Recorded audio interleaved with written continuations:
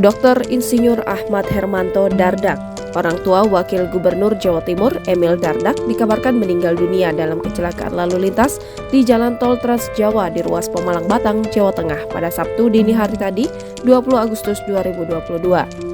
Ahmad Hermanto Dardak meninggal saat dilarikan ke rumah sakit sesaat setelah kejadian kecelakaan. Lokasi kecelakaan Kijang Innova yang ditumpangi Hermanto Dardak pada saat kejadian sedang menempuh perjalanan masuk dari GT Kalikangkung dengan tujuan Jakarta dan melaju di lajur 2 dengan kecepatan 100 km per jam.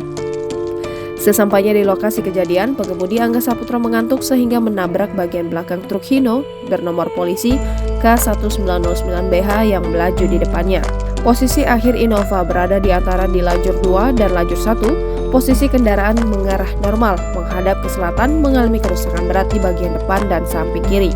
Sementara, posisi akhir truk Hino berada di bahu luar jalan tol dan mengalami kerusakan ringan di bagian belakang. Penanganan laka ini dilakukan oleh petugas jalan tol bersama patroli, polisi PJR, dan petugas medis. Jangan lupa subscribe, share, komen, dan like ya!